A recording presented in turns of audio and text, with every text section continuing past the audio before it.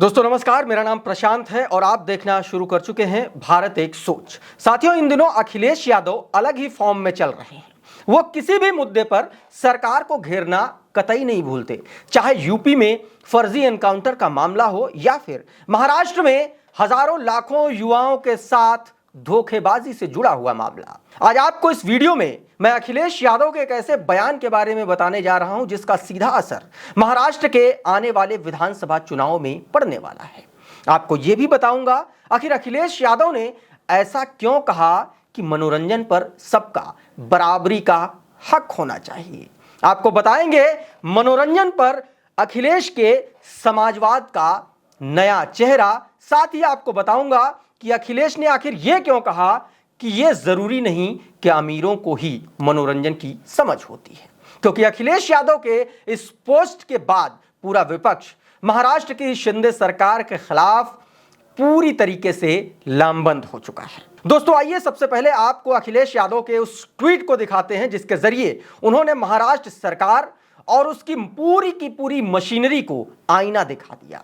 दोस्तों अखिलेश यादव ने अपने एक्स अकाउंट पर पोस्ट में लिखा है कि अंतरराष्ट्रीय ख्याति के म्यूजिकल कॉन्सर्ट की एडवांस बुकिंग को लेकर देश भर में जो आपाधापी मची है वो बेहद चिंतनीय है।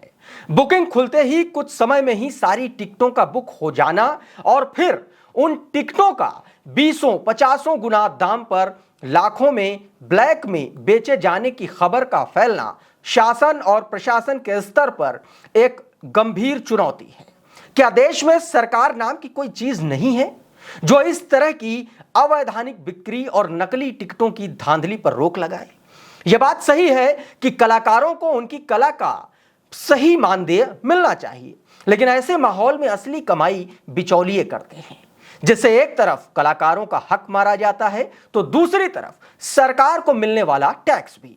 सच तो यह है कि मनोरंजन पर सबका बराबर का हक होना चाहिए। यदि कला सिर्फ कुछ लोगों की क्रय शक्ति के दायरे में सिमट जाती है तो फिर यह व्यवसाय भर बनकर रह जाती है।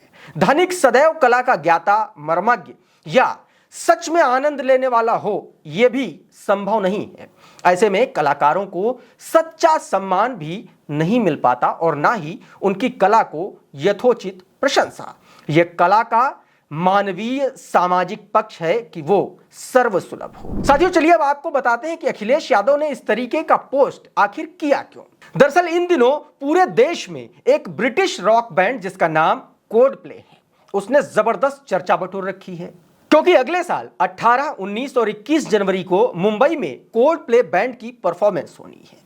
उसके लिए जैसे ही रविवार को ऑनलाइन टिकटें खुली वैसे ही कुछ ही मिनटों में सारी की सारी टिकटें हवा हो गई, यानी कि बिक गई। न सिर्फ बिक गई बल्कि कई गुना दामों पर उनकी ब्लैक मार्केटिंग शुरू हो गई। यहां तक कि टिकट बुकिंग का जो ऐप था वो भी क्रैश कर गया। टिकटों की ऐसी लूट मची कि ब्लैक में टिकट 1 से लेकर के 3 लाख, 7 लाख, 7.5 लाख रुपए तक बिकने लगे। हालात ये हो गए कि कई सारे बॉलीवुड सेलिब्रिटीज को भी टिकट नहीं मिल पाया।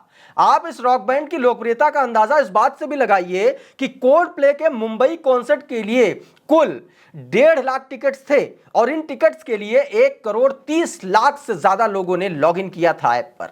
बताया यह जा रहा है कि ब्लैक में कॉन्सर्ट के टिकटों की कीमत 7 लाख से लेकर के 7.5 लाख रुपए तक है और कहा यह भी जा रहा है कि जो टिकट 7.5 लाख में बेचे जा रहे हैं उनकी सही कीमत 4 से 4,500 हजार रुपए है। और इसी के बाद अखिलेश यादव ने निशाना साधते हुए सरकार और उसकी मशीनरी पर गंभीर सवाल खड़े कर दिए। दोस्तों आप सभी को पता है कि नवंबर में महाराष्ट्र में विधानसभा के चुनाव होने हैं और इस बार समाजवादी पार्टी ने यहां मजबूती के साथ चुनाव लड़ने का ऐलान किया है। अखिलेश यादव की तैयारी है कि मुंबई और उसके आसपास की लगभग 1 दर्जन सीटों पर चुनाव लड़ा जाए। हाल ही में अखिलेश यादव ने समाजवादी पार्टी की तरफ से विधानसभा प्रभारियों का ऐलान भी कर दिया है, जिसमें नेता प्रतिपक्ष माता प्रसाद पांडे, इंद्रजीत सरोज और लकी यादव जैसे नेताओं का नाम शामिल है। वहीं इसी महीने की शुरुआत में एनसीपी अजित गुट के कई बड़े नेता लखनऊ आकर के समाजवादी पार्टी कार्यालय में ज्वाइन हो चुके हैं। समाजवादी पार्टी उन्होंने ज्वाइन कर ली है। ऐसे में अखिलेश यादव और सपा के लिए इस तरह के मुद्दे चुनाव में भरपूर साथ देने वाले हैं और इसीलिए अखिलेश यादव ने इस मुद्दे को बड़ी प्रमुखता से उठाया है। और ये कोई बड़ी बात नहीं है, क्योंकि अखिलेश यादव और समाजवादी पार्टी महाराष्ट्र में लंबे टाइम से चुनाव लड़ रही है। मौजूदा वक्त में महाराष्ट्र में समाजवादी पार्टी के 2 विधायक भी हैं।